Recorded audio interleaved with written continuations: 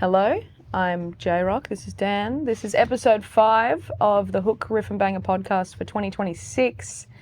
This has been a really fun day for podcasts, and it's been a really cool episode. Yeah, we had the privilege to chat with Munt today, Tim and Sol, and it was a really cool time. Like I say about a lot of, I guess, really nice dudes, but we had some good chats about, I guess it got a little political without being political and a little bit honest and raw and... Yeah. It was really cool. We talked about their album, The World Is Not Yours, but we also got pretty deep into, into dream gigs. Yeah, from Coliseums to Bunnings. It got pretty silly, but it was also a pretty incredible insight to their record and their writing process. We caught them on the end of their touring cycle for the latest album, and a wicked show opening for Ulcerate and The Amenta, and damn, it was really cool. Yeah.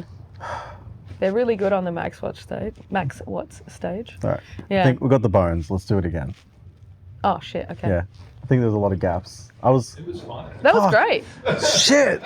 All I could see in my head, I was thinking, it's like, Ben's just going to say, okay, can you do it again, but just a bit faster? Do it again, but better. Yeah. Can we do an edit where you just fade that bit out and then we come back in? I've done that before. Yeah. I'm sorry for ruining it. No, it's fine. Anyway. I've been conditioned by somebody here. Do it better. Yeah. Anyway, it's a great episode. I think you are definitely going to enjoy this chat that we had. Check out their album, and yeah, go to one of their shows when they next play. Yeah. Really sick.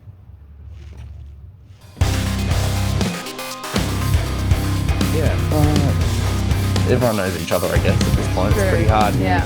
The only time I don't is when I go to gigs and there's like a band where it's like 18, 19-year-olds and they're like completely removed from... Any show in Frankston. Yeah. Yeah, just the fucking prodigy 19-year-olds. Exactly, yeah. Mm-hmm. Yeah. Suddenly fully formed death metal band. This like insane Frankston thing where there's... I think it comes, well, you know, this is probably even something to talk about for filming it because it's just important to talk about, but investing in venues and giving a space so that young people... so a scene can actually happen. Singing because is a pinpoint like, of that, right? yes, you might get some people who in a vacuum are like, don't live near any venues and they're young and they're like, I want to start a band anyway, and it happens. But for the snowball effect of like, the cascading effect of like, oh, we've played a gig and there's some success in like appealing to people and then it, like, you know, it helps. But because like growing up, like, I mean, my first band was when I was like 19, so that's like 2012. But even a few years before that, I was going to shows at the Castle in Dandenong, Seaford Hall. There was venues in Ringwood, in Mitcham, like Footscray, all over the place for all ages shows, and that doesn't exist. Narre Warren, Cranbourne, all of these places where like freezer gigs would be, and that doesn't exist. So the thing that's closest to that is really Singing Bird, because after that speed show, Phoenix Youth has been like, no more heavy shows. Oh, really? Again, for the foreseeable future. Wow. Wrangler doesn't do all ages shows anymore, so there's not really that many options anymore. Yeah. So that's why with Frankston, it allows these young people to be like, I can do this. Yep. Because they actually can play, they have opportunities. Yeah. It does feel really cool, right? Yeah. Though? Like, you know, you need a zone to be able to foster an stuff like that, ecosystem. and definitely does. You know? Like, I mean, we were just talking about how, what did we see upstairs at the Tote? Like before the wall came down. Like, do you know what I mean? It's so localized. Like, yeah, and we all know what you're talking about. Yeah, 100%. Yeah. Yeah. I think Stu's definitely fucking created this incredible place for young people. Totally. And I also love, like, when you go to a gig at Singing Bird and I'm seeing bands, like, prime example was Iron Lung. When they played. Yeah. And the lineup was pretty mixed, which is awesome. Yep. But, you know, a bunch of us drove out there and, you know, we're watching bands of people that are around our age. There was younger band, there's older bands, there's bands that have been around for ages, there was newer bands, whatever. And the crowd range from, your kids that have probably got school tomorrow to adult age and beyond, and watching this really healthy young scene come together and coexist with everyone else that's just still going to gigs is fucking sick. It's cool too, because like there's all kinds of genres that are there, but you know, there's very little. Oh, look, I'm obviously not friends with these people, but like, it doesn't seem like there's the same kind of judgmental kind of attitudes that maybe pervaded scenes. Like, cough cough, the hardcore scene, especially growing up, you know, there were certain cliques and whatever, and you didn't have a certain pair of Vans or whatever. Like, I don't know, it was weird, silly, petty shit, but it just seems real raw there. Yeah. Like, kids can be like, in the nicest way possible, like just weirdos, and everyone's a weirdo there, and it's great. You know, it's like you're free to figure shit out. That's a great space for that. Yeah, definitely. And because everyone,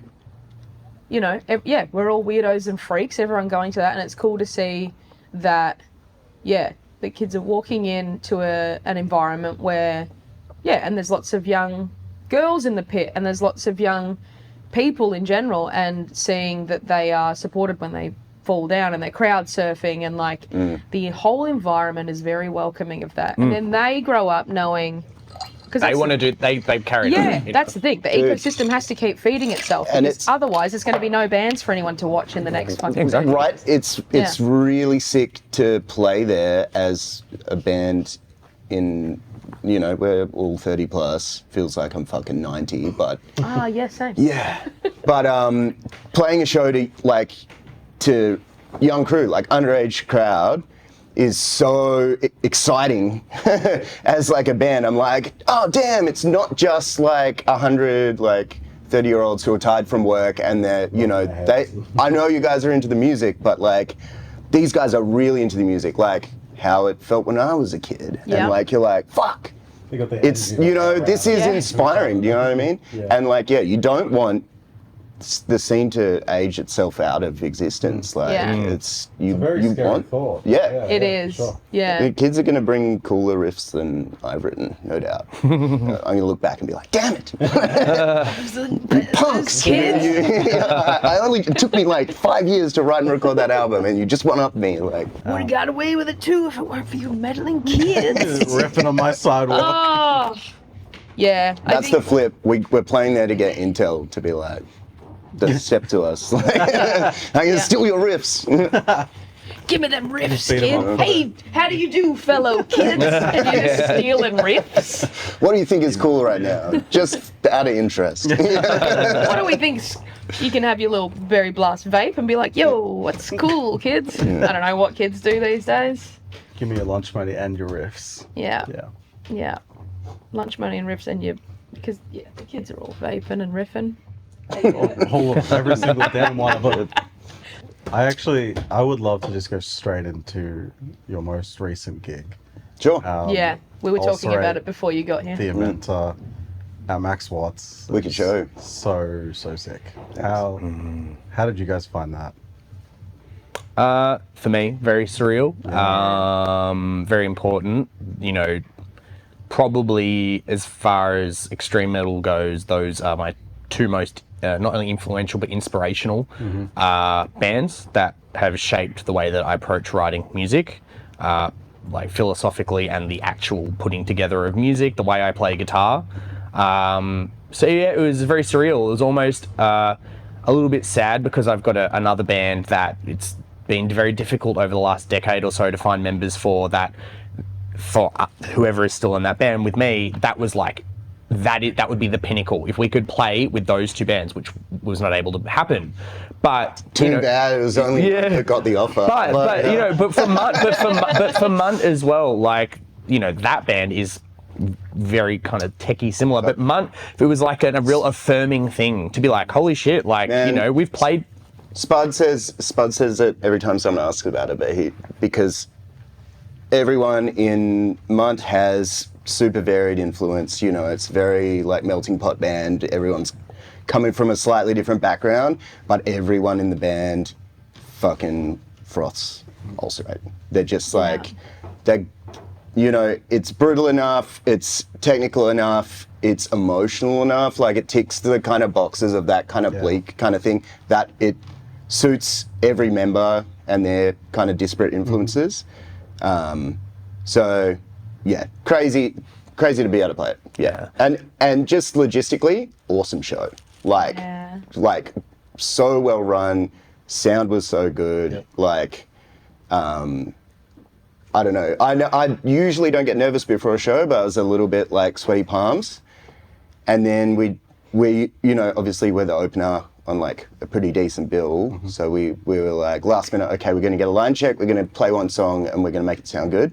And it just sounded good already. Yeah. I was like, no notes, like let's play, like so really good experience. Yeah. And I think we also didn't suck. So yeah, like I mean, I've been in the position of seeing those bands before. So again, like I know that when they're putting together a lineup, they want bands that complement the lineup. So again, for us to be able to be in that position, because I've seen those bands now 7 times both. And Wow.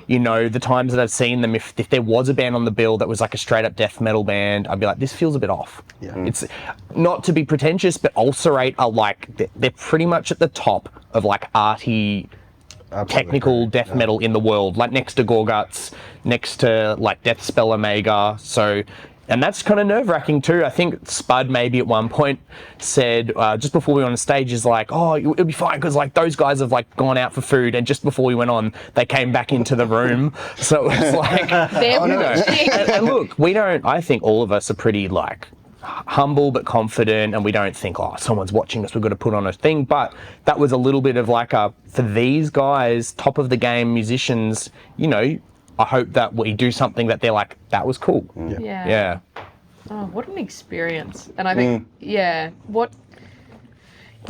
going in, you're playing this enormous stage of Max Watts, which, well done. Like, It's a sick you stage. suit a stage like that really well. You definitely found comfort in that, which shows that you were, maybe the nerves helped you get ready for that. That's pretty incredible stuff.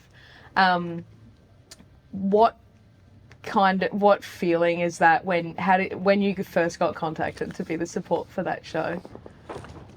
I think we all sometimes reach out when a thing gets announced, but sometimes we're not like, we don't want to be, stepping on toes or whatever. But I was just like, fuck it, I'm going to send an email about it. Yeah. And what I've been mates with the guys in the Amenta for a while, and right? what I heard, knowing that bill was coming up, you were already as soon as it was announced, I was like, all right, probing. fine. But they actually, from what I understand, they weren't even planning on having supports. Maybe it was a secret, and they weren't going to say that because they had to figure it out. I'm so glad they did. But, the supports for every state were so sick. Yeah. Like Hebephrenic up in Brisbane, that makes sense. So many good bands. But yeah, that was a surprise because I was like, oh, they're not having supports. Fair enough. They're probably both going to play for an hour. It's pretty intense music. But so to then be like, not only are there supports, you've got the offer. It's like, what? Okay, like that's fucking awesome. Very happy. Yeah. Also, just like great show to attend. Yeah. Like I'm not quite as long-term diehard fan as Tim is of both of the bands, but I've seen them a couple of times each, and that was the best. Actually, that Ulcerate set was better for me than any previous live show, and even the album experience. I was like, the sound was so good. It was very good. The craft of the flow of the set was, and the length. I like durational things.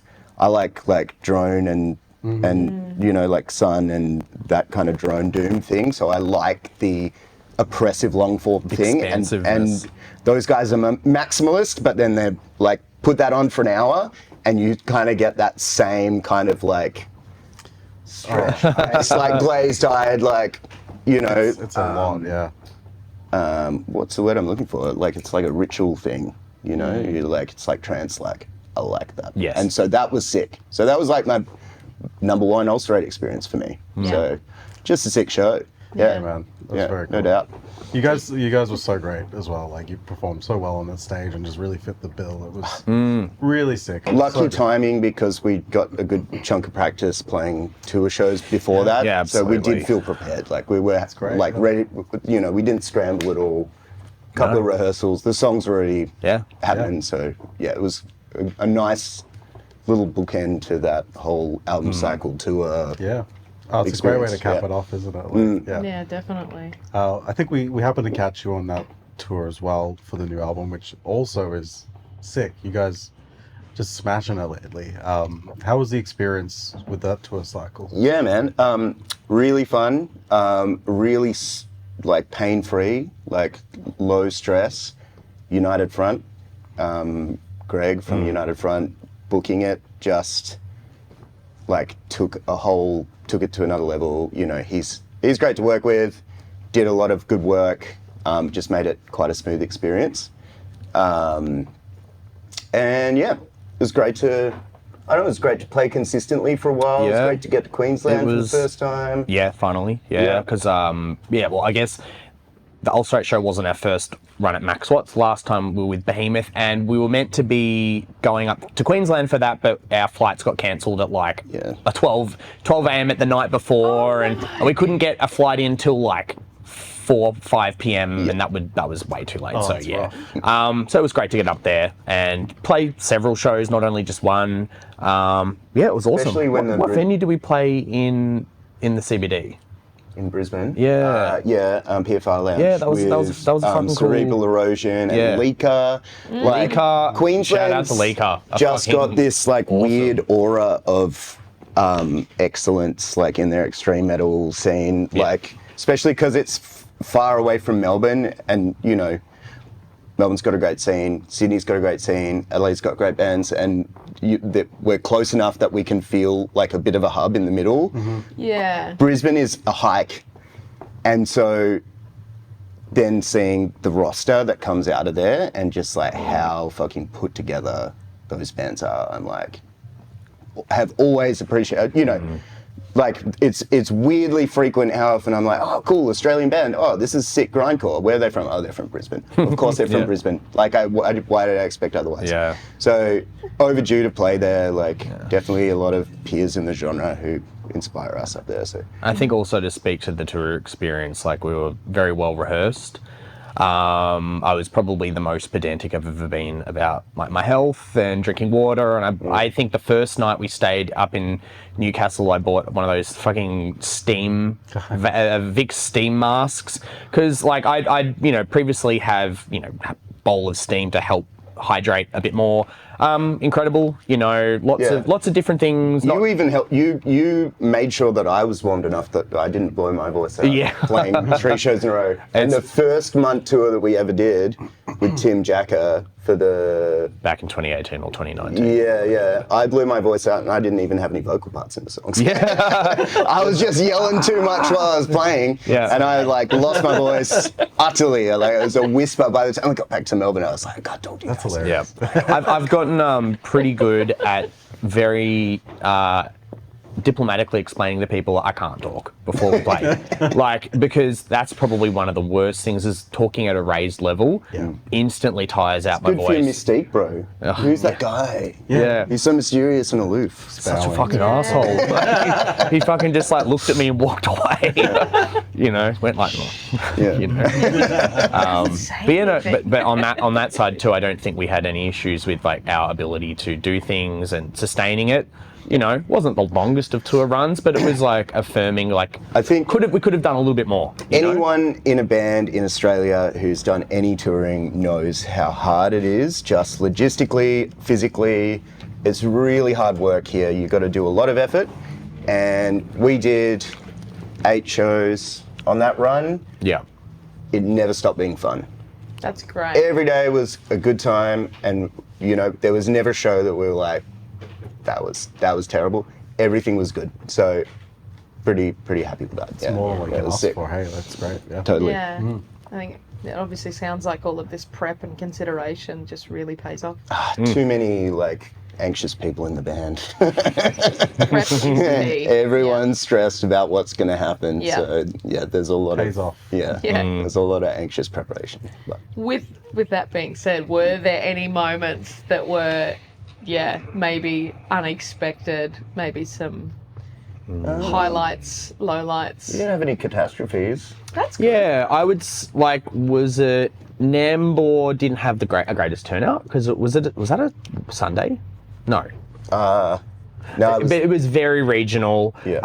And there was, a few people there at the start, but they were like the bands and their families, and obviously it was, the time. Maybe if the gig was earlier in the day, they might have stuck around. Yeah. So it thinned out, but it kind of got to the point where it was like, it's late, not many people here, and we were just like fuck it, we'll just send it, you know. And then even like, I mean, I haven't moshed probably in like 5 years, but like during Nembutolic, I was like throwing spin kicks, and then funnily enough, the next day I was like, why do I hurt so much? Like something's wrong with my liver. I put my knee out in that empty pit, two-stepping to fucking Nembutolic. Because no one was there. I was like, all right, you know, not no one, but yeah. But that was cool because up there they've got that that little record shop, collectible shop around the corner as well. Really cool little community. It's a cool venue. Yeah.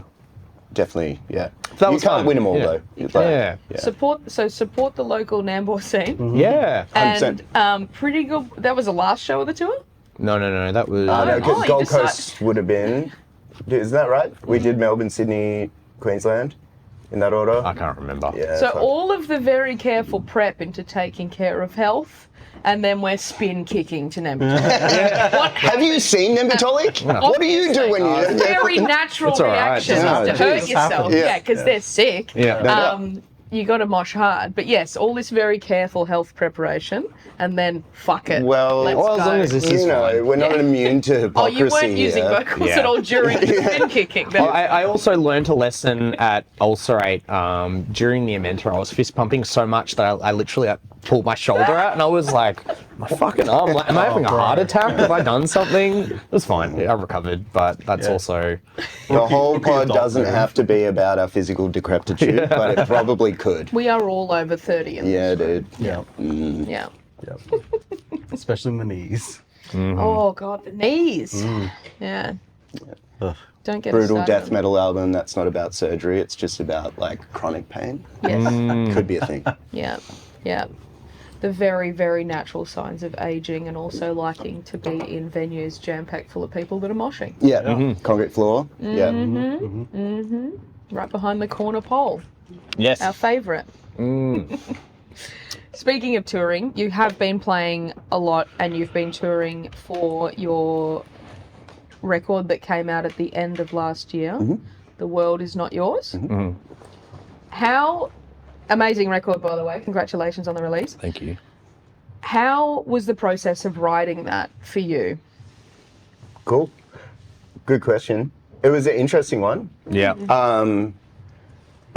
Like I said, 5 members in the band, and everyone has really different influences. So it's a very push and pull process to get anything done for us.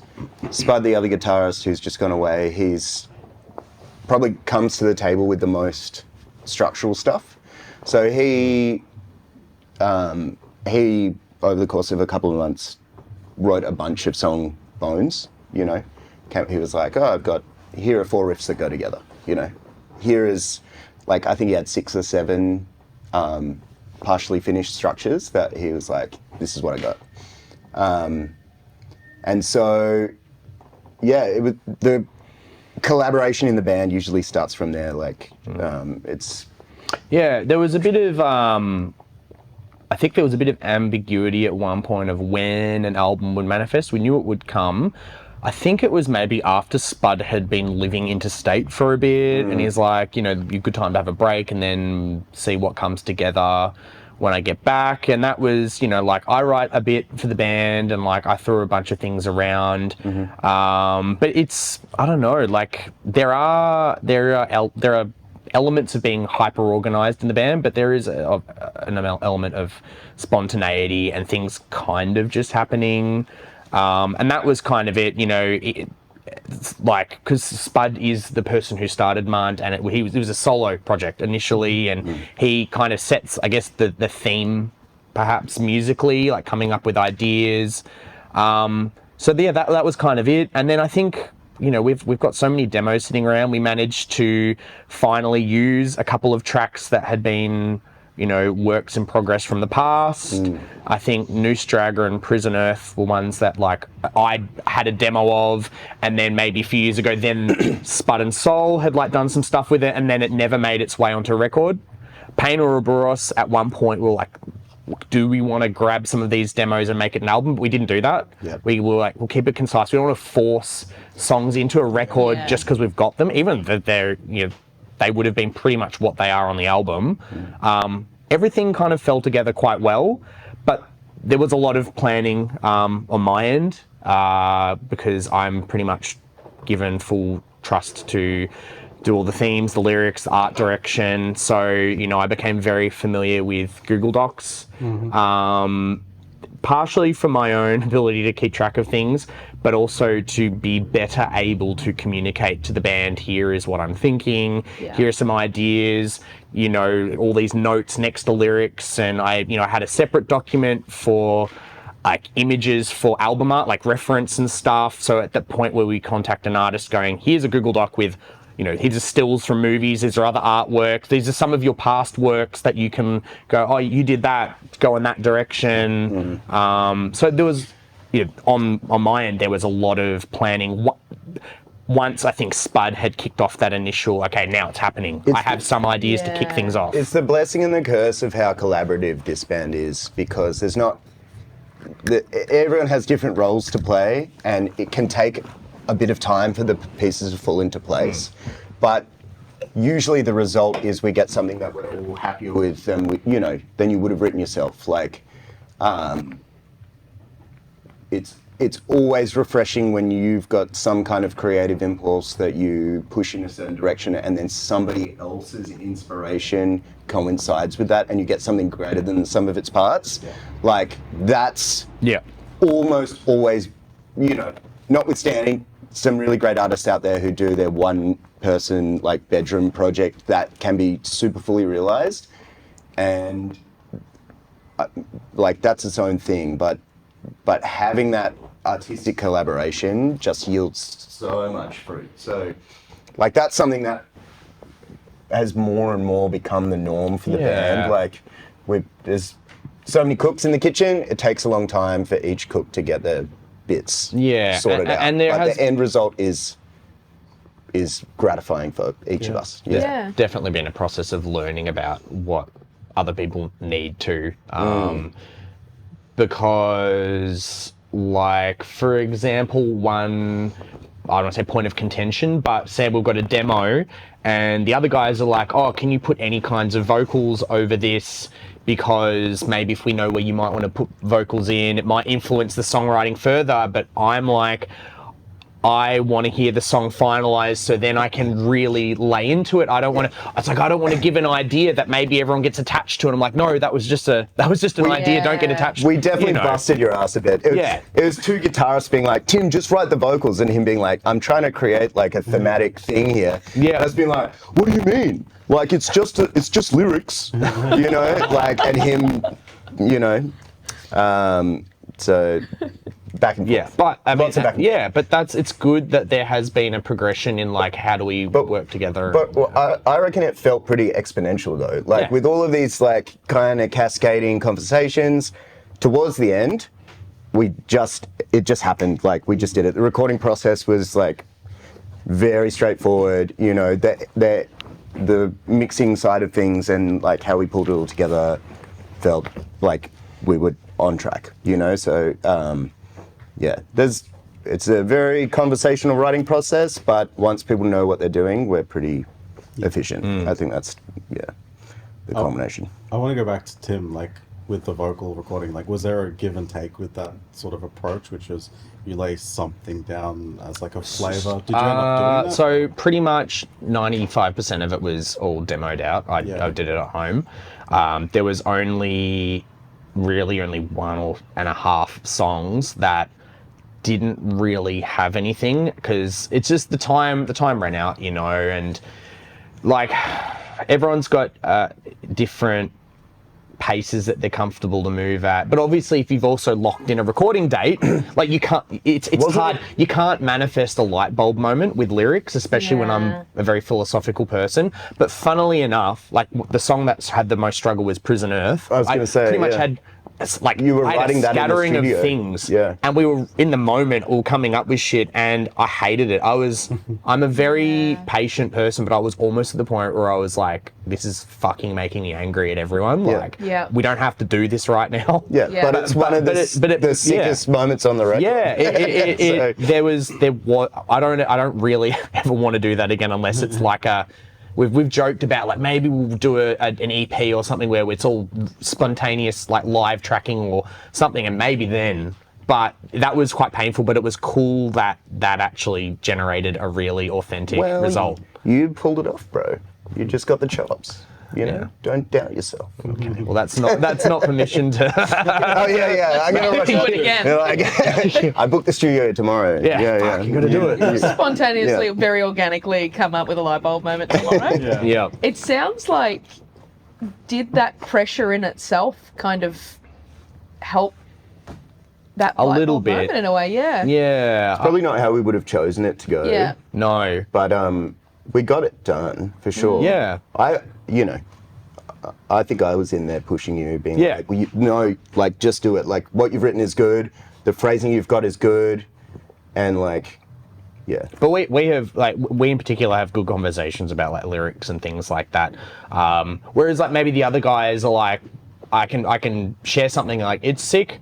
It's like that's great. Like, but sometimes I'm like I'd like to have a conversation about it, and that instance was not a space where we had enough time to really go over it. But cool result nonetheless. Yeah. That's cool to hear that. That's also, like you've just said, this is one of the sickest tracks on there. Yeah. Yeah. I feel that way. Pain and anguish. People can make comes out. Yeah, exactly. Sure. Yeah. But also, if we're talking about any recording, we should shout out to Troy. Yeah. McCosker, Yeah, Troy McCosker. for doing it, because he was like a very no stress approach and stuff like that, where we're like, oh, we haven't actually finished the lyrics for this song.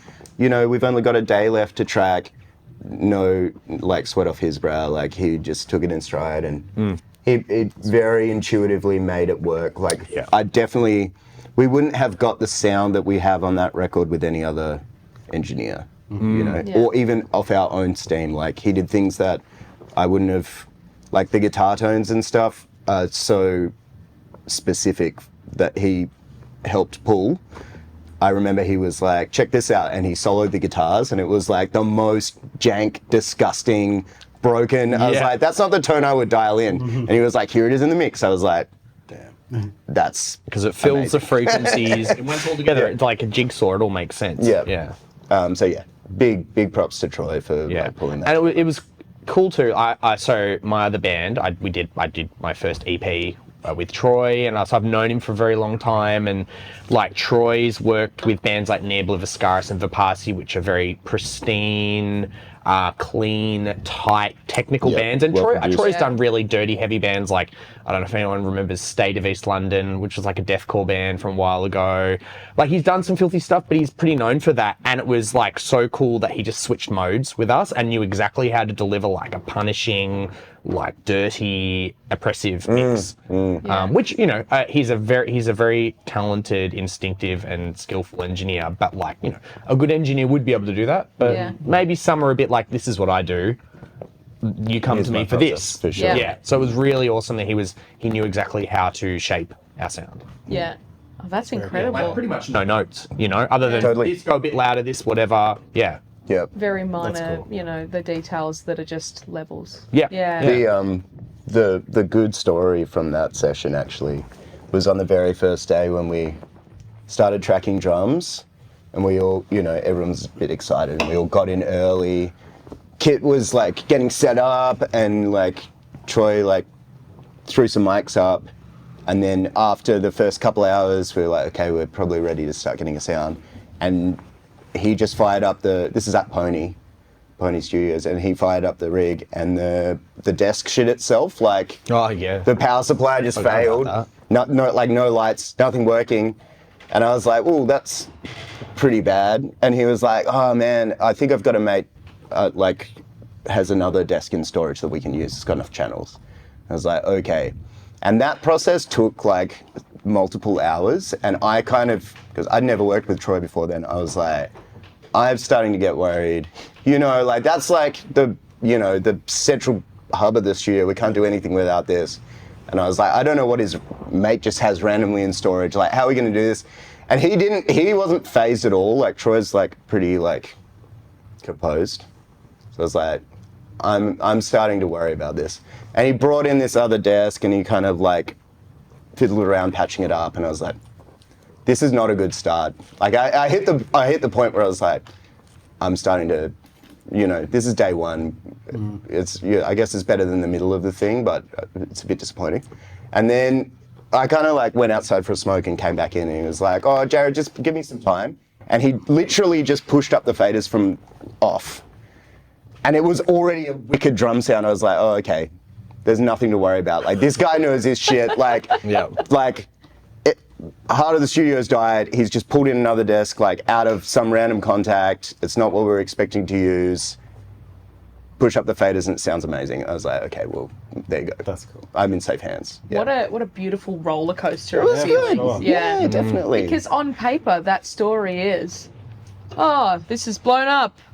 I know a guy. It sounds like it shouldn't work. Yeah. But what an incredible overhaul of feelings that must have felt like, to be like, oh fuck, we are definitely in the right hands. Yeah. And to also already have that connection with someone and that familiarity, and then the trust that goes into that to work with someone. Yeah. Yeah. Well, I mean, like, in my head, I was like, Troy's like probably the only engineer I know in Melbourne, other than like some like 85-year-old veteran who's worked with like fucking Silverchair or something that probably would be of the same competency just get the shit sorted and Yeah. And of course he knows a guy with a desk. Yeah. But knows several guys with several desks. For sure. Yeah. Good dude. Yeah. He helped us out a lot. Yeah. He did the sound at the Bergie show, which was part of the album launch. That made it fantastic for us. Yeah. So yeah, big love.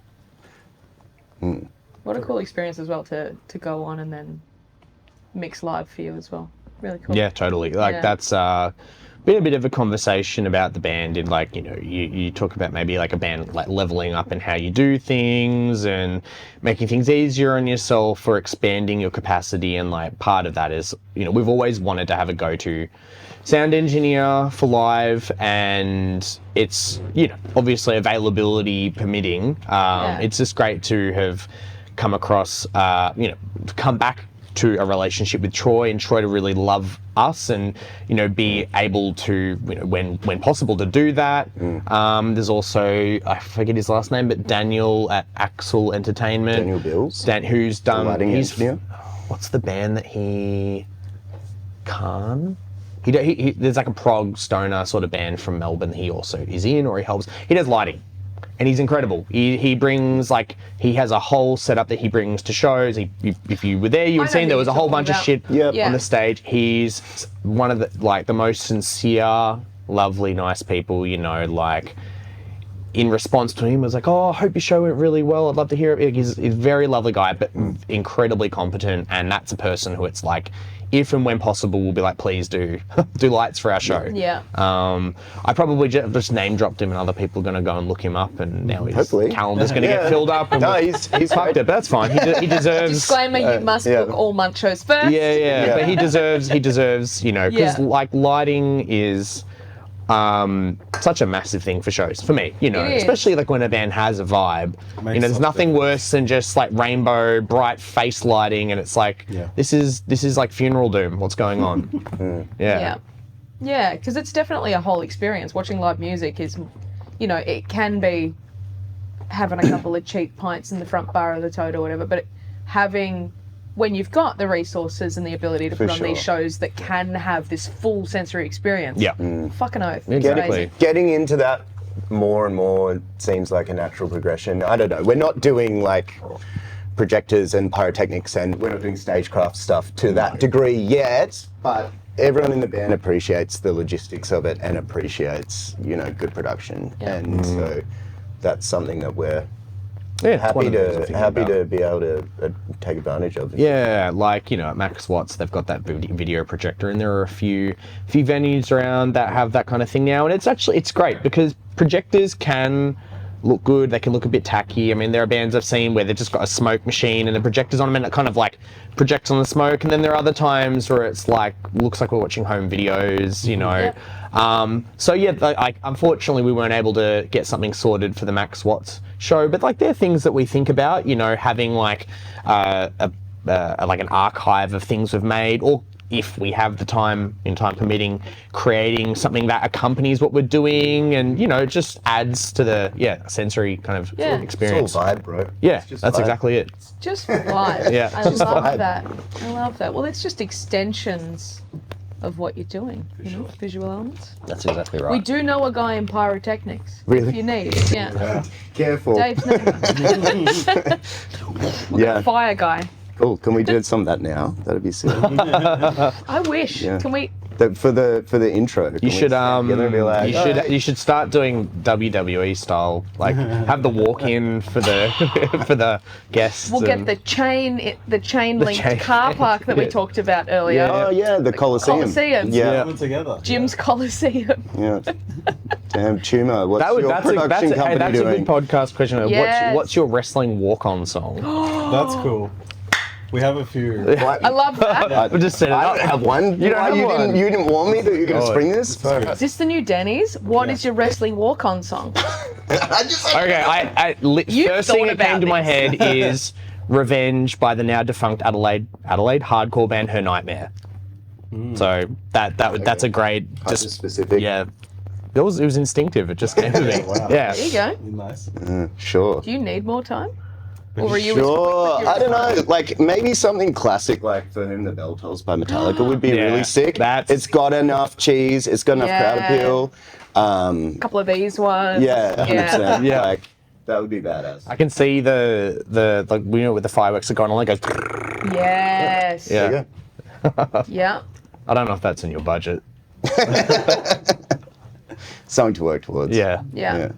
Maybe not pyro. Maybe you can just have a bunch of people like blowing out puffs of Oh, like Those- or little putty those little- poppers. yeah. putty poppers. That'll do. We'll start low We budget. can get Yeah, the cool. vapors. We'll get the vapors. Yeah. Speaking of wrestling, I don't look good in a leotard at all, so like most of the budget Yeah. would go to whatever special effects are required. Like, Speaking of wrestling, we weren't able to, but we did. We've had the offer at one point to do one of those backyard. oh, those gigs. guys are. I don't know what doing- happened. I think someone was away or it was a clash. Yeah. I couldn't do it. Those but yeah. shows are wild. I think there's those- one happening at Frankston soon. I don't know who's playing. I can't remember. Yeah, crazy. It's the most incredible collaboration. Live wrestling and It's not just wrestling either. It's backyard wrestling. oh you know? yeah. Oh yeah. We got fluorescent bulb tubes, there's doors, there's all sorts of shit. Yeah. And heavy bands. Yeah. It's fucking insane. Have you ever been to one of these? Not a backyard one, but I've been to like the The gig ones? Yeah, the gig ones with like the trestle tables and the thumbtacks on the ring. Oh, and the doors. So many doors. Yeah. Yeah. They got a door guy. Yeah. They got a, Doors plus. Doors plus no fuss. Yeah. Yeah, there was one at the old bar a couple of years ago for New Year's. Gutless played and a bunch of other bands. And Yeah. then this one fucking wrestler just kept bringing doors down from upstairs. Nice. 14 doors, I counted. That's impressive. 14 doors. That's Wow. I've more fucking doors spoken than about this on the expect. pod actually before. I will keep going on about it for the rest of my days. Nice. Doors. Maybe that's something we add to the production. I don't think Well- so. More doors. No. Cool segue, I suppose, since we've got the new pod question of the year Yeah. is the what's your Wrestling. wrestling song? Our original question is kind of fun Question side similar, quest yeah. question Yeah. is the 13-year anniversary now of the what the fuck is up Denny's, the video. Oh yeah. Yeah. What's your dream non-venue? Is it a Oh, wrestling shit. ring at this point? Man, the Dream carpark venue. Coliseum is just sounding Yeah, better it's and better. done. It's a pretty, it's a pretty Yeah. great idea. I'm trying to think of one that maybe existed Non-gig in venue. Melbourne. What? Do you remember the venue that Hexus played at with Cordell? It was like a squat.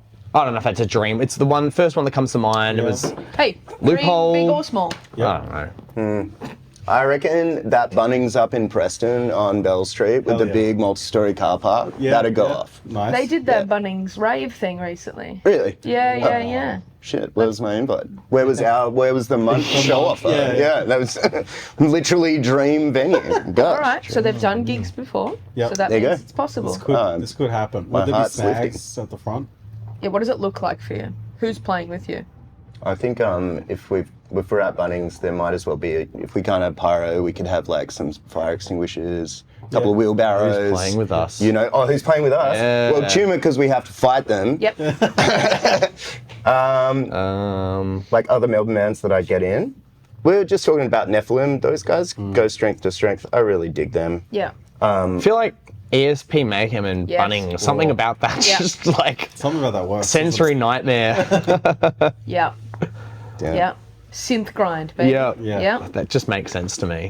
Casaval, just because they said they'd only play one show, and I didn't get to go. Yeah. So maybe I'd get them to Purely for reform. yourself. Yeah, Yep. for the bunnings. Yeah, yeah. Yep. That's a sell point to reform, I think.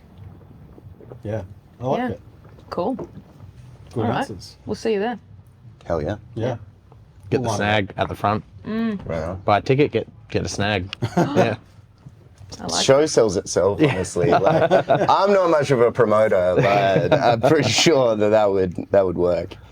It's pinch. Go to the lighting section. Just pinch some LifeX, smart globes to rig up the lighting Solar setup. powered Yeah. garden lighting. Yeah, as there you well. go. Charge them up in the day, bring them to the stage.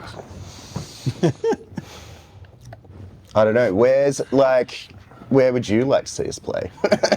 Good. What do you guys Good want? I'm spin. quite stuck on Bunnings now. That seems perfect. But we've had some really wild answers from people. Like one of the ones that sticks out to me is a quarry. Yep. It was- Oh yeah. I live near a quarry. I'm not telling you where, but I live near a quarry. Your home address. I guess there's only so many in Melbourne, Victoria. Yeah.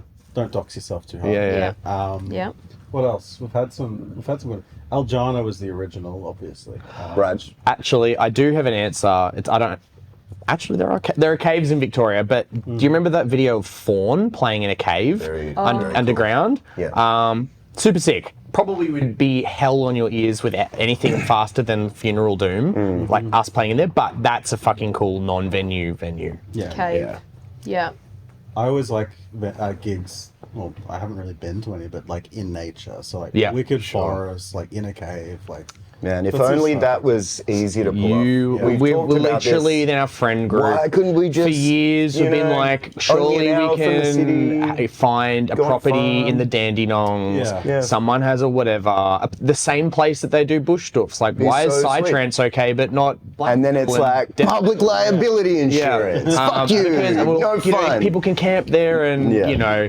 that. How many that's also- portaloos are you gonna have? Yeah, exactly. Written up. Yeah. Yeah. It just seems perfect to be able to do. It would be sick. Yeah. And making it a camping thing would be really nice too. We've also joked about when you go through Nil. There's that amphitheatre.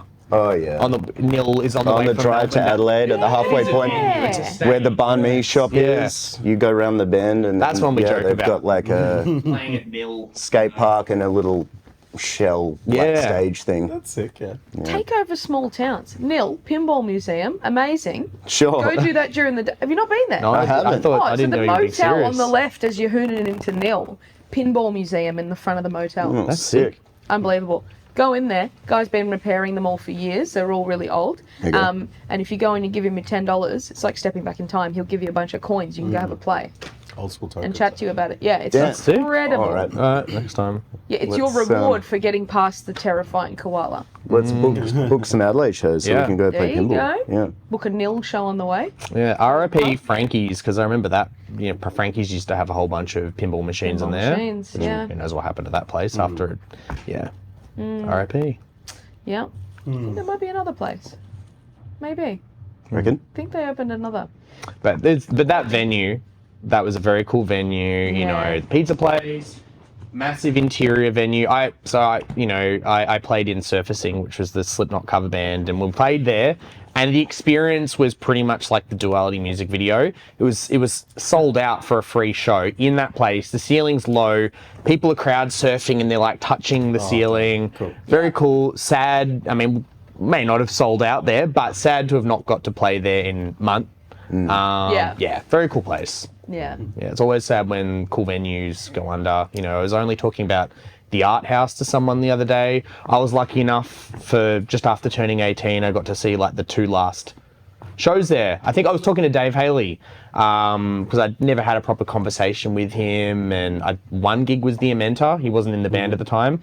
And the last one was Psychroptic at the Art House back in like 2010 or something. Yeah. And that was fucking cool. And that was, a great experience for being in a metal show and people just drunk and they're throwing arms over your shoulders and you're all headbanging together. That was a very cool place. You know, it's cool to get to have been a part of like the history of a scene. You know, Definitely. Yeah. And it is sad when things close, and I guess huge part about what we all do. Yeah. Trying to encourage people to go to gigs. Yep.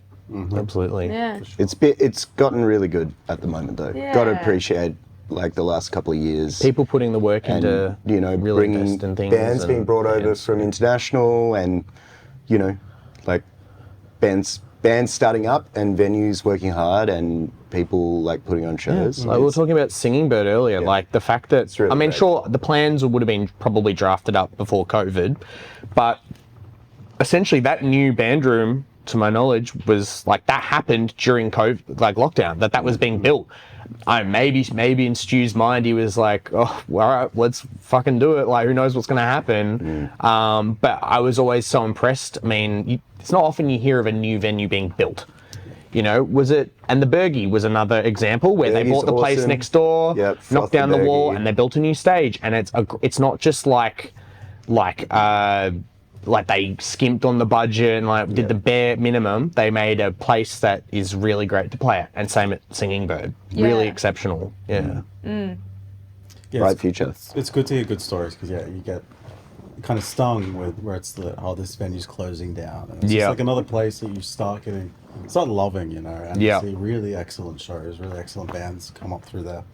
So it's good that you're feeling positive about all these things happening. Sure. Definitely need that sometimes. Definitely need the feeling. Yeah. Yeah, I don't know. I guess I didn't really start playing music live until I moved to Melbourne, which is about 10 years ago. And so when I first arrived here and I met a couple of people who took me to shows, it felt like overwhelming. Like there was so much going on. I couldn't comprehend it, like there was already established scenes, there were all these bands, like I couldn't keep track of everything.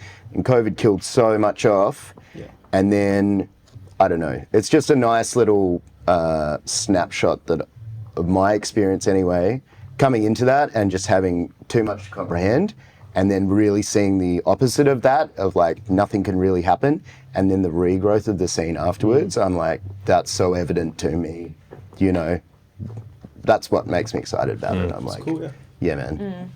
Really things are happening. All of the little house shows and things that have been put on lately. That's one really where inspiring. We never got to play a house show. Never got to. Haven't yet. Yeah.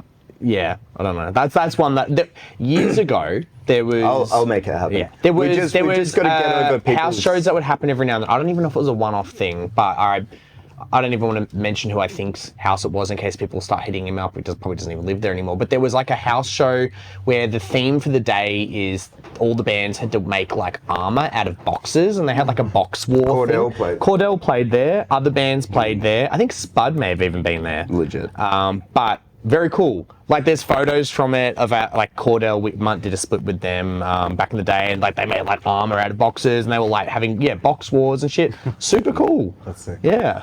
Oh, bring back the theatre of it all. I love that. I love that. That can be part of the Bunnings wrestling. Yeah, box wars. We've got just box wars, we've got pyro, we've got wrestling, we've got the Bunnings sausages. Sounds excellent. Sounds a little dangerous, but Yeah. Perfect. Yeah, the fire and the cardboard, but hey, The sausages, it's fine. fire extinguishers at Bunnings though, we're fine. Legit. Full I circle. think we can take care of ourselves, I hope. We're adults. Well, unless it's an all ages show. Is it all ages? Because we need more. At Bunnings, Yeah. I don't think there's actually like secure. I don't it's think we actually could just all. restrain anyone It's just if all- they wanted to come. Wild West. know. So it's during trading. So anyway, Yeah. we should Stuff, establish that's important. if you're not sure, ask one of the Bunnings staff where the gig is happening. Oh, because they're open. Where's the extreme metal show? just an That's actually R7. Yeah. out the back with the garden stuff. Yeah, It's on the kids' playground. yeah. Does that one have a kids' playground? Do you remember kids' playgrounds at Bunnings? Yeah, I just said it. There are a few that Yeah. I've been to that still Oh my haven't. God.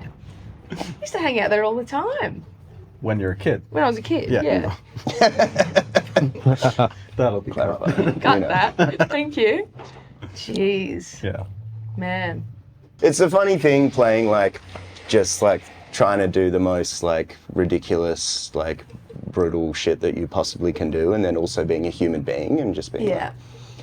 like, sometimes I just feel like a nap, Yeah. but also you got to get that shit out there, man. Yeah. You gotta reach for the most twisted thing that you can find. I don't know. It's cathartic, right? We're after it. Yeah, it is all about balance. We we love Self-help Yeah. podcast, Yeah, it is for all actually, those listeners, tuning in. Yeah, self-help is actually just a wellness podcast, really. And the aim of the day is, make the listen to and make the most extreme music that you possibly can. Also have a little nap. Yes. Napping, important. Sundays Strongly off for recommended. napping. Sundays are for napping. And then when Nembutolic play, you got to get in the pit and get your kicks Yeah, kicked do in. both So your knees in. Yeah. hurt Just yourself. no Yeah, restraint. yeah. Yeah. Yep. Yeah. Get kicked in the back and spin kick your friends for your health. Right. Yep. Yeah.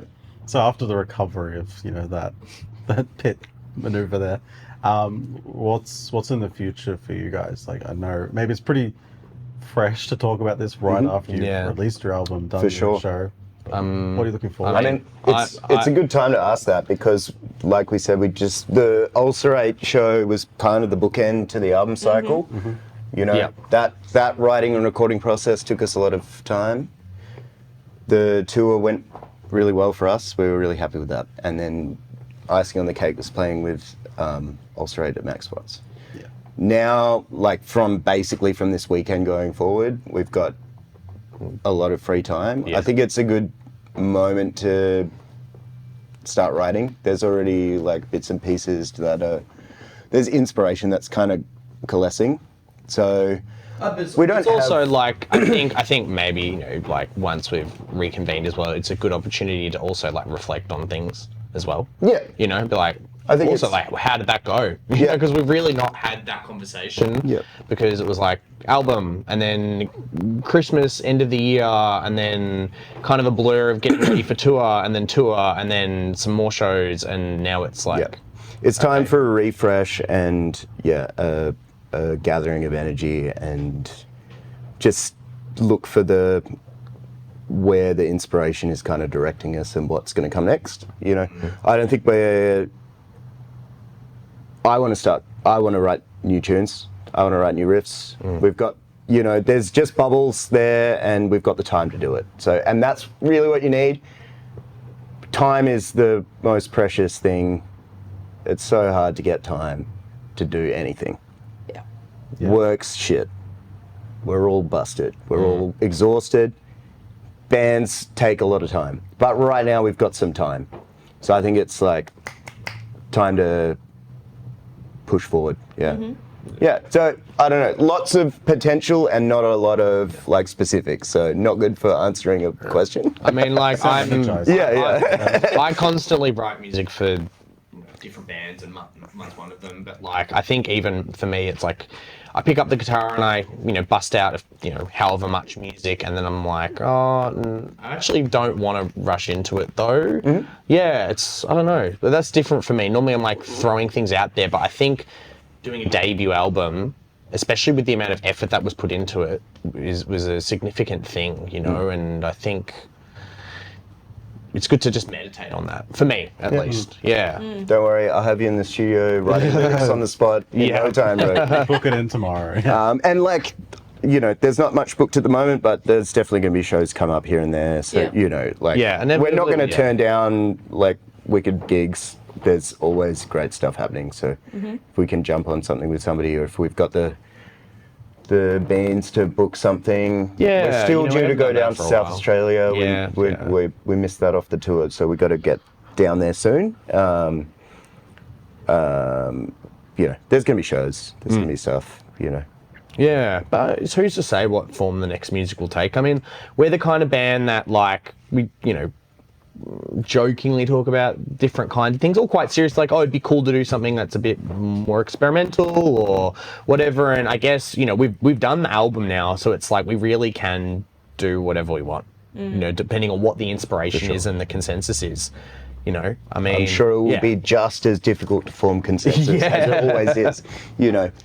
Yeah, we'll we'll eke out the thing that we do, but like I said at the beginning, usually the end result is satisfying to everyone. So That's good. yeah. Well, I like how Just working fluid towards it that. sounds like it Yeah. could be. Like you're not intentionally locking yourselves into a sound or a direction. Like it's well considered. It's Yeah. rested. and- For sure. Yeah. I mean, there've even been times though where like, I mean, what Munt started out as, I mean, that first demo it's basically like straight up like black and power violence hardcore. It's like sure. Full of Hell Nails the Secret. It's that, and there have been at times where I've been like, oh, it'd be cool to like strip things back. Yeah. But then also we have so many influences, and we're all very passionately creative people.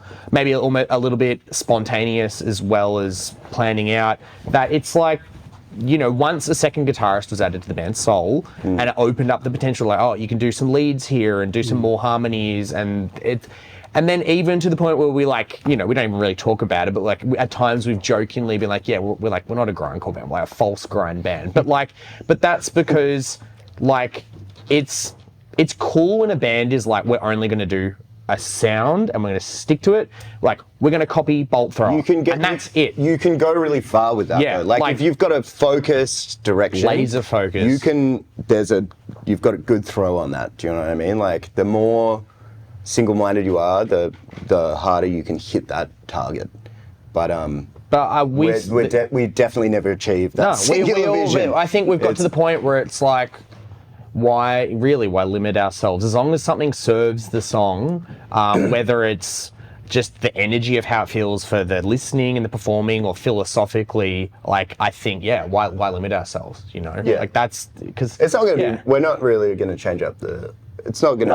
No. There's going to be blast beats. Yeah. but it's Like- but you know, like I said, that first EP was pretty straightforward grind, and then over time, like a couple of breakdowns crept in, and other bits or different kinds of riffs that weren't there before, and you know, you could be like just straight grindcore, just power chords, you know, whatever. You know what I like that we've done? We were talking about Prison Earth and how it was kind of last minute and turned into a really sick thing, and we've kind of had that in every set since the record dropped, and having a really disgusting sludge song in the mix has been a win for us. Oh, for sure. And, Yeah. like, we all enjoy that. We all just love, one, getting a bit of a rest from the hand cramps, and then two, just going straight into the gutter of the filthiest, most syrupy thing, and being able to do those two things. We got to do that again. Yeah. So, you know, I think we'll write 5. It's either that or we just cover Death metal Bridge songs. Burner by Magruder Grind a bunch. Nah. we can write another. Yeah, no, absolutely.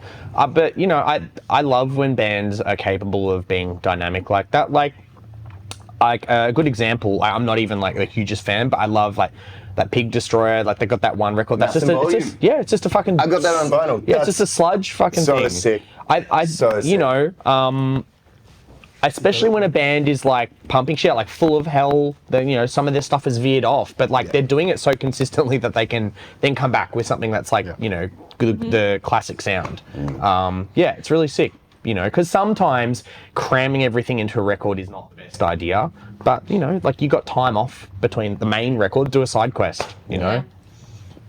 You can tell we're getting ahead ourselves, and we're like planning out the end result when we don't have the songs written. So, this is the vibe. This small lots of excitement rest and potential. period doesn't Yeah. sound very restful at all. Yeah, probably not. Yeah. Yeah, classically, I'm not good at taking time to recoup. So Yeah. yeah, generally it's burnout and bust all the time. Oh, same. Yeah. Sounds familiar? Yeah. Yeah, definitely familiar. running this shit into the ground. Hell yeah. Yeah, that's right. We'll figure it out. Yeah, exactly. With just a bit of sludge in there for your health. Yeah, Yeah. fingers crossed. Hand crabs. Kind of two-part question. Answer whichever way feels right for you. But with the debut album that you released at the end of last year, the artwork, you did mention it a little bit earlier. when you approach an artist with the idea for being the collaborator for your artwork for the album, you mentioned that you kind of chuck everything into a bit of a doc, and you've got inspiration, you've got some of the artist's work. How is the process of going about finding the artist? Who is the artist, and how is the process of working with them? So the artist is Stan Ivan. We worked with him for Pain Ouroboros. You know, we had a list of artists over time. We'd looked at various artists that we thought we'd try to work with. We sent, you know, emails and such, and we did get responses, we didn't get responses, and everything kind of just came together that Stan really was the best person to go with again.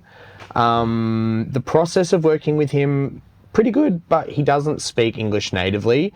He's Russian, so it's quite challenging.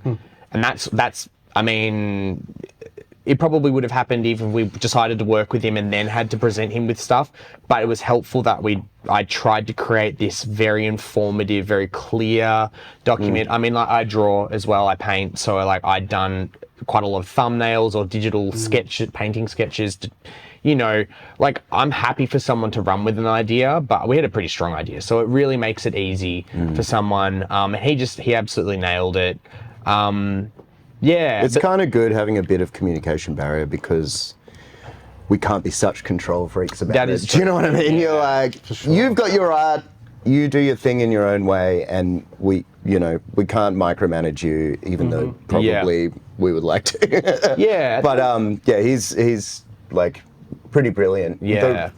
Very prolific. Like, he has a lot of work available online. Like, he's got 2 accounts, and one is like all the band sort of sci-fi dark art, and he's got ones that are just beautiful classic paintings. In fact, I was almost edging him towards more classical painting than his sci-fi stuff with this. Because like the image, it's of like a person that's like leaned up against an alleyway wall, and they're sort of deceased and they're merging with the environment. And I guess to describe how it came to that image is like, I've just finished a social work degree, and like, I mean, if you've read our lyrics, like, it's pretty hard to miss that there's a lot of social conscious, politically conscious, philosophically conscious themes in there. And I think, you know, walking to uni every single day, you know, like, throughout my life, there have been times when like a person that's living rough or just hanging out on the street has come up, and I've always had the time of day. You know, I remember one time I was like 19 years old going to a gig at Max Watts, and a guy came up and he's like, "Hey man, do you have some money?" He's like, "I'm gonna be like super honest, like I just need to buy a bottle of alcohol so I can go to sleep on a bench." And I was like, "Yeah bro, like I'll give you money." And I had a long conversation with him. But like, fast forward, life's really hard, people get ground down, and I'm studying a social work degree, and I found myself walking to uni at RMIT, and sometimes there were many people just like sleeping in the middle of the day on the street, and I would even find myself being like, just looking forward, I'm like, maybe someone like hoping that you'd make eye contact, "Oh, can I have some money?" And I caught myself like trying to avoid those interactions, because I'm like, I just need to go to uni, because I've got to go to uni for 4 hours in a row, then I've got to go home, I've got to go to work and all this stuff, and my mental health is shit, I don't have whatever. It's fucked to recognize the stuff in yourself that perpetuates these kind of situations, you know what I mean? Like, obviously that it's systemic, top down, like societal issues, but then to see like in your own life the you're not immune to the propaganda of it all, and like that's like a confronting thing to deal with. And also like your energy for, like, I don't say compassion, but it can be it's finite, you know, or it can deplete and it needs to recharge. And it seems like we need an insurmountable, like a boundless well of energy and appreciation in order to combat these things that we just like isn't available to us on a day. And I thought, I was like, if I'm feeling this way, and like I'm studying a fucking social work degree, and like I care about these things, like, well, all these other people that are walking by, like, there are probably people, like, I know for a fact that there are people who their first reaction is probably, "Get the fuck away from me," when some person comes up and they've been like sleeping in a sleeping bag on the street, and you know, or maybe they're just like, I don't want to get involved, I can't be involved or whatever. And that was just the thought of like, you know, have you ever seen like the photos of like time lapse, or like someone's walking in this city and it's like a blur and everything, and I guess the other idea was like just someone becoming like, it's like being an object in the environment. That was like a strong feeling behind, not necessarily the album, because that artwork connects pretty strongly to the song Dehumanation, Concrete Grave. But I guess a lot of the world is not yours. It's just realizing about how fucked up society really can be, and how much like collateral, or people can be a casualty of the way things are in society, whether it be like corporate interests or just like, I mean, intergenerational trauma, mental health, addiction, all sorts of different things. But it's also just tragic that like we can't seem to be able to find the time to really get together and fix this shit, you know? Yeah. So that's kind of what that song is about, and the album artwork is trying to convey.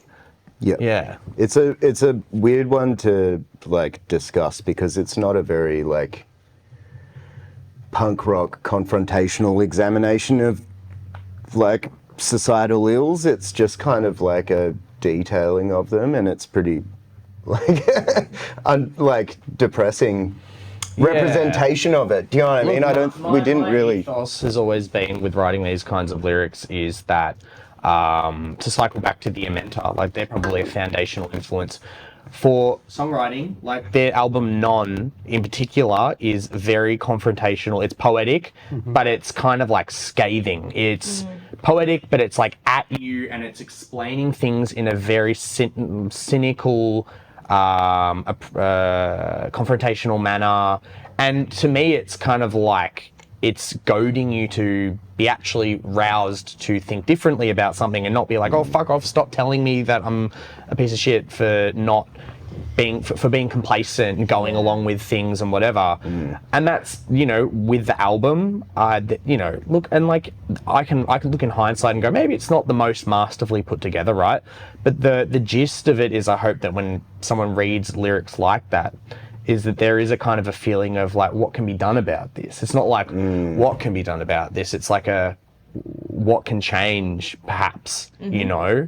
But it is pretty bleak. You know, it's hard to tread the line between pessimism and optimism. And yeah, I think I've managed to do a okay job of it. Yeah, I don't know. I haven't really, look, I've spoke to some people who've read the lyrics and they've felt pretty compelled by it, but it's, I don't know, these days people don't talk about lyrics very much, so it's, I don't know how well it's been received. I like the approach of not being like sort of in your face and accusatory, because, you know, life is challenging and difficult. There's a lot of systems in place to make you feel a particular way or desensitized to certain things. So I think it's a great way to articulate those kind of messages and just, yeah, hey, lay it out on the table. This is what we're observing. This is what we're in. Well, hopefully it gives the listener the opportunity to respond from their own experience. You know, that you're not saying, hey, this is how you should feel about this. It's, here's how something is. Like, you're going to feel a way about it. Like, do what you want to do, you know? You know, and maybe, you know, for me, maybe my idea of answers are within the lyrics, but it's not like overt, it's not clear. It's like, this is the 10-point plan. This is just like, if you, just from what I think, you read what I'm saying is, maybe it would naturally lead to this kind of an answer, but yeah. Man, if only there was a 10-point plan, we'd write a pop punk album. That'd be sick. You'd be like, actually, I figured it out. Yeah. Well, this is how we achieve class consciousness in 5 steps. You know, Boffins of Munt. We've got it all sorted. So if you just listen to this 10-track album, then you'll come out the other side. Mind you, like feeling great. Yeah, mind you, like Munt are like, I don't know. I wouldn't say that we're like a political band, but politics are inevitable in art, in life. Like, it literally is inevitable. Anyone that says I'm not political is just, I don't want responsibility. I don't want to, you know, understandably. But there is no way to get around it, you know. Politics isn't just old people in suits arguing with each other and making decisions. It's all the different power dynamics and the relationships between systems and whatever in society. But yeah, it's there.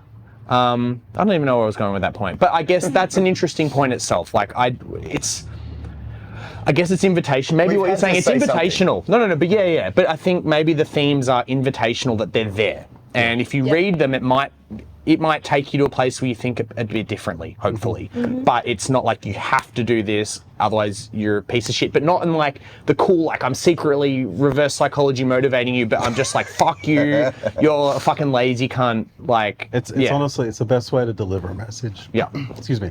These days, because like, as I said, like the world's exhausting and tiring, and it's really difficult to be told you're a piece of shit because you've not done this.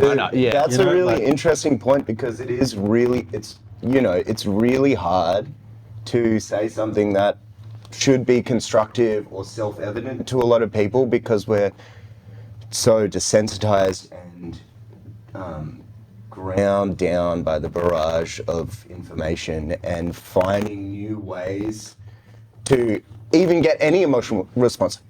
Heck, playing in a band, you're like a drop in the ocean now. There are bands. We have the internet. There are bands. Like there's every sound is being explored. Every sound has 50, 100 different like members who are trying to achieve something in that.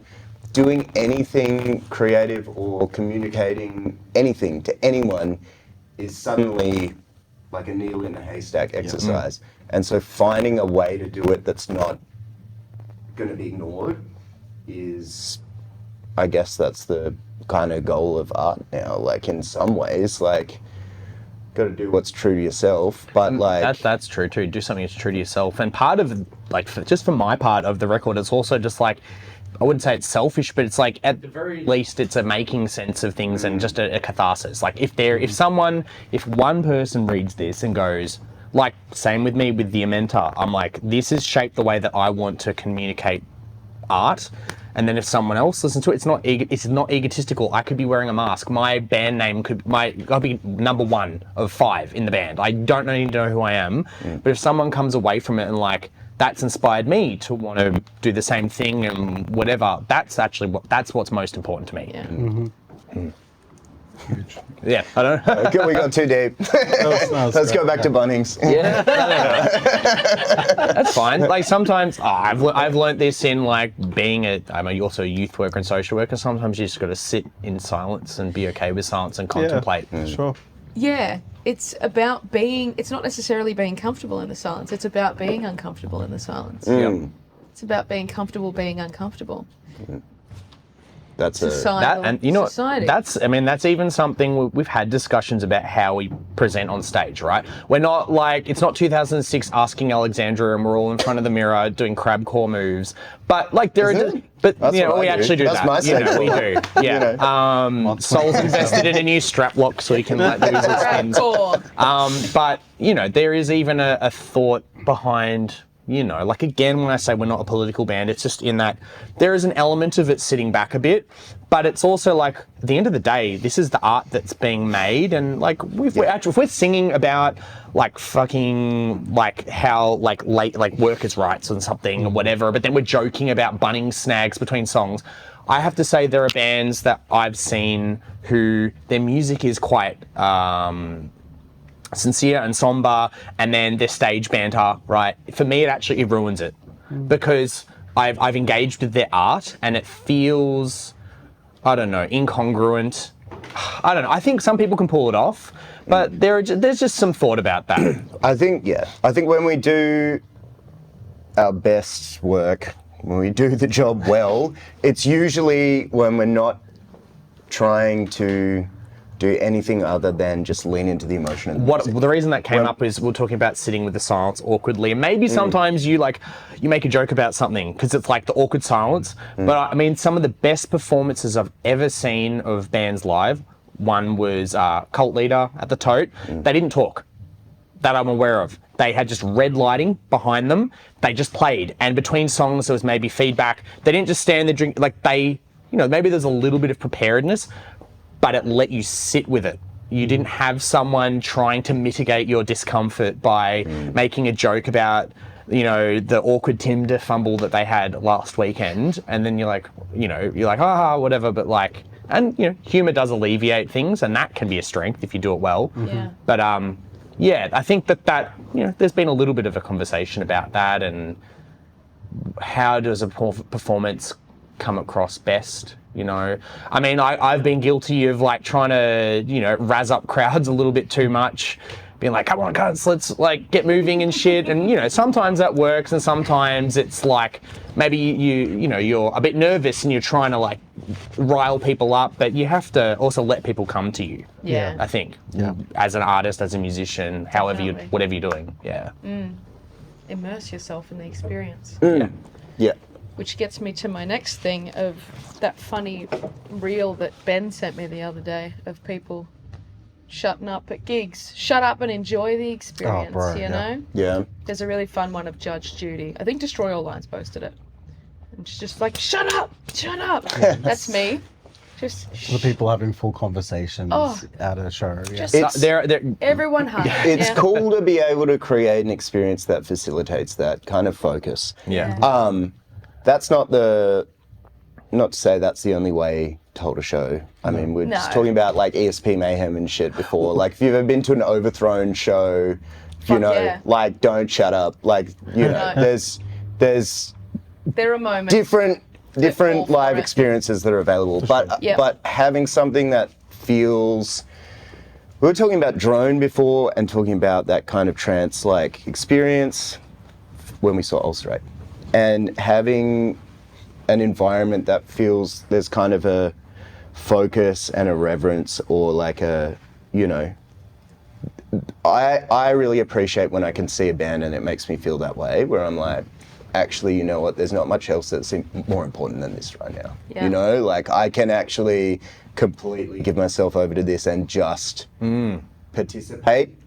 Really hard to do. You've got to be a really honest performer and a really honest songwriter, and you've got to have things that don't break that immersion. You've got to have good sound, you've got to have good lights, and you've got to have an audience that is prepared to receive that. But that's a really cool thing. If you can pull that off and you can have that kind of emotional atmosphere that isn't just on the stage, it's in the crowd and it's in between people. It's a sincerity in what you're doing as well. So people can read you. I mean, and the fact that it's so hard to achieve that is probably a good thing, because we were just talking about how there's hundreds of bands doing everything, and getting yourself heard at the moment is next to impossible, and you've just got to, do what you can to get your stuff out there. And if you're able to achieve that, then that's actually special. Do you know what I mean? It's not just another album release on Spotify. Yep.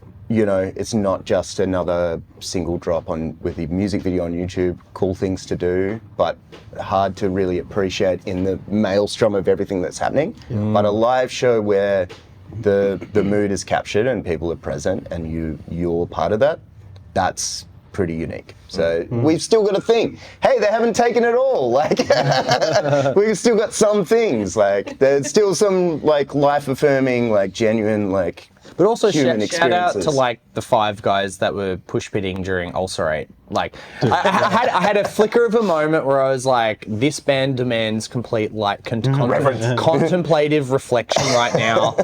And it reminded me of that video of Sun, where a guy stage dives. Like, just... Yeah.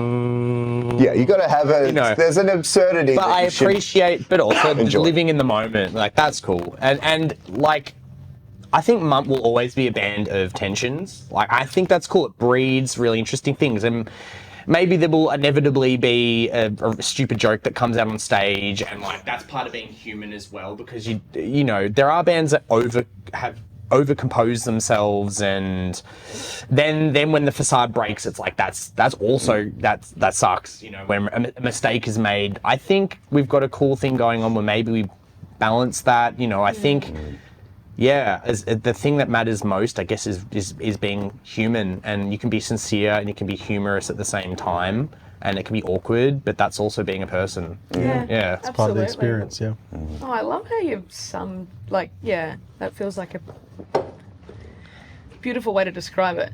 we are also going to put those 5 people that were moshing during Ulster on the Bunnings guest list. Yeah. They are on the list. Yeah. They're Hell on yeah. the door. Yeah. If you were doing Those spin spots. kicks Yeah. during Staring to Death, and I This is the VIP list I on the was door. literally telling us, maybe even before that even happened, so I was prophetic in a way, about how I went to see Portal one time, and this guy who Ronnie and I both know from like the hardcore scene back in the day, and he was like determined to mosh during Portal. And mind you, this was like a proper black death metal gig, like half the people there were like 6 foot leather jackets, like very serious, like Bestial Warlust is the fucking best band in the world, Sadistic Execution, like fuck core, whatever. And he was just like with Portal in their masks and shit, and he's just fucking like Jesus Christ. and I just remember being like so uncomfortable because he was just committed to it.